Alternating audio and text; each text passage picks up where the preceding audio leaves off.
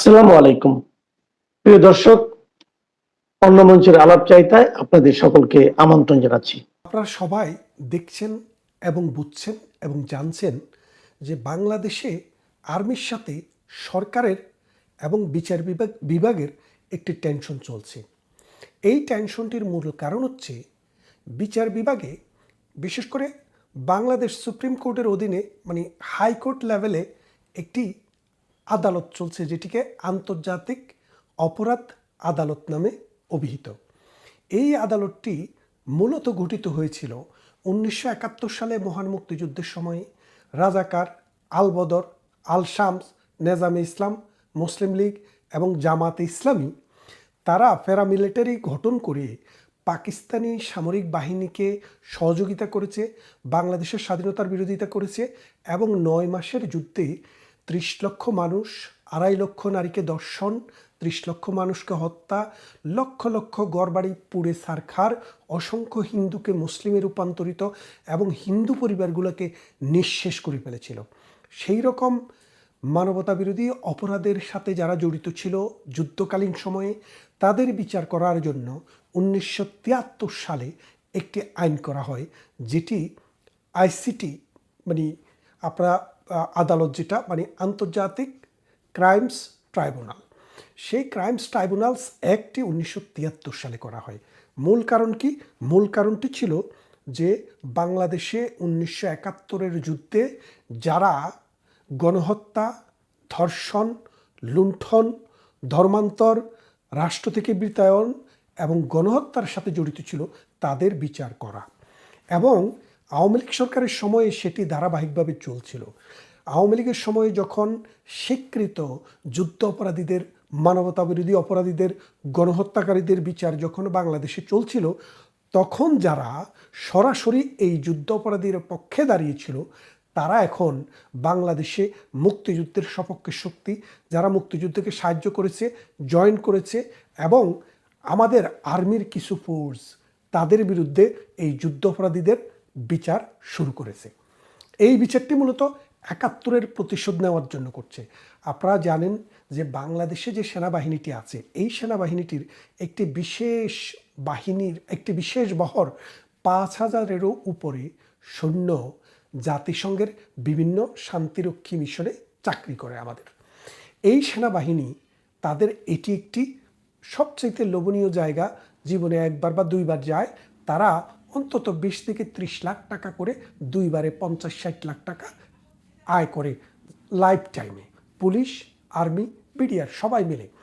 তা এখন বর্তমান সময়ে যখন শেখ হাসিনার সরকার চলে যায়, প্রধানমন্ত্রী শেখ হাসিনা যখন ভারতে আশ্রয় নেয়, তখন এই আইসিটি অর্থাৎ আন্তর্জাতিক ক্রাইমস ট্রাইব্যুনাল আবার এই রাজাকাররা চালু করে।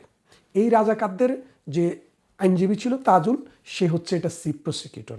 আর যাকে চেয়ারম্যান বানানো হয়েছে তার নাম হচ্ছে নজরুল ইসলাম।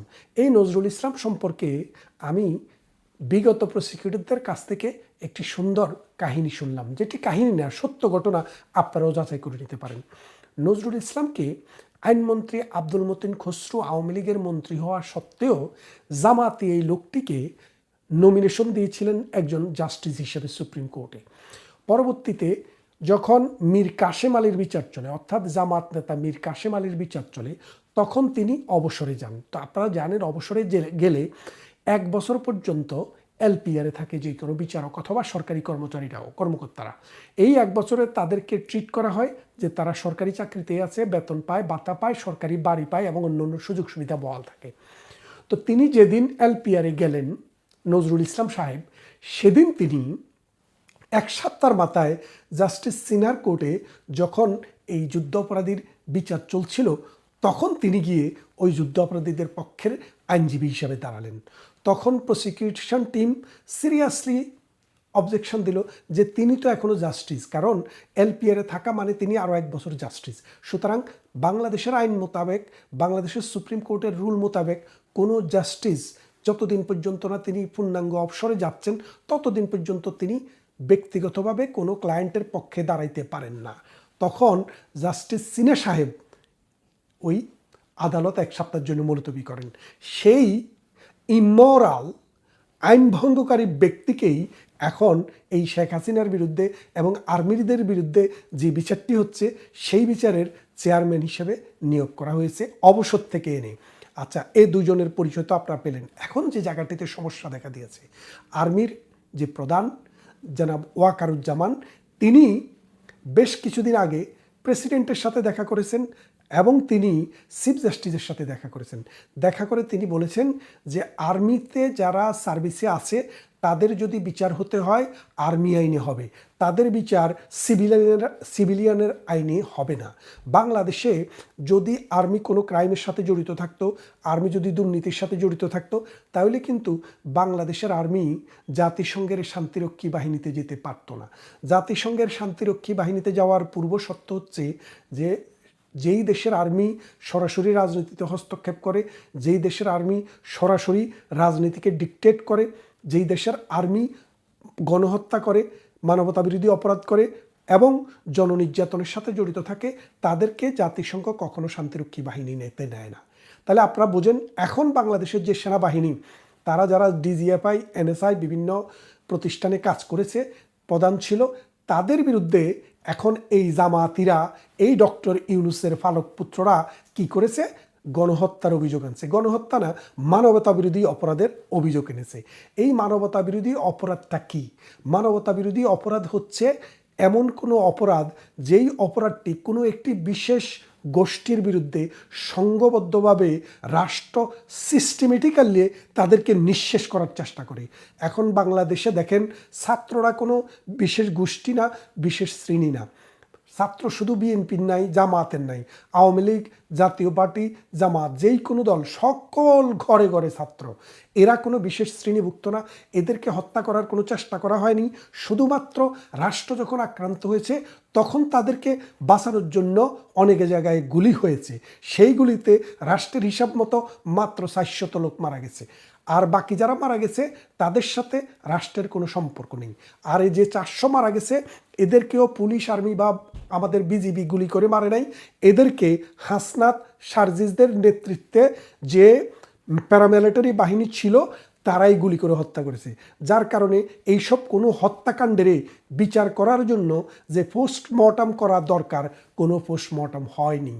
তাহলে আপনারা বোঝেন, এখন আর্মিদের বিচার শুরু করেছে, আর্মিদের নামে মামলা রুজু করেছে কোথায়? আন্তর্জাতিক অপরাধ ট্রাইব্যুনালে। এই আর্মির সার্ভিসে আছে এই রকম অফিসারদের বিচার শুরু হয়েছে। এখন আর্মির মধ্যে কিন্তু সিরিয়াস একটা রিপারকেশন হয়েছে। আর্মিদের দফায় দফায় বিচার হচ্ছে, দফায় দফায় সালিশ হচ্ছে, দফায় দফায় আলাপ আলোচনা হচ্ছে। আর্মিদের কাছ থেকে, ক্যান্টনমেন্টের কাছ থেকে আমরা যেই সব সোর্স থেকে খবর পেতে চেষ্টা করেছি, এটা খুবই দুরূহ ব্যাপার। তারপরও আমরা যেটুক খবর নিতে পেরেছি যে শেষ পর্যন্ত যদি সরকার, যদি ডক্টর ইউনূসের রাজাকার বাহিনী ওই যুদ্ধ অপরাধীদের বিচারের সময় যিনি যুদ্ধ অপরাধীদের পক্ষে ছিল, মানবতা বিরোধী অপরাধীদের পক্ষে ছিল, সেই রাজাকার তাইজুল এবং ইমোরাল জাস্টিস নজরুল ইসলাম যে মানে আর্মিদের বিরুদ্ধে যে উদ্যোগ নিয়েছে তাদের বিচার করার জন্য, সেটা বুমেরাং হতে চলেছে।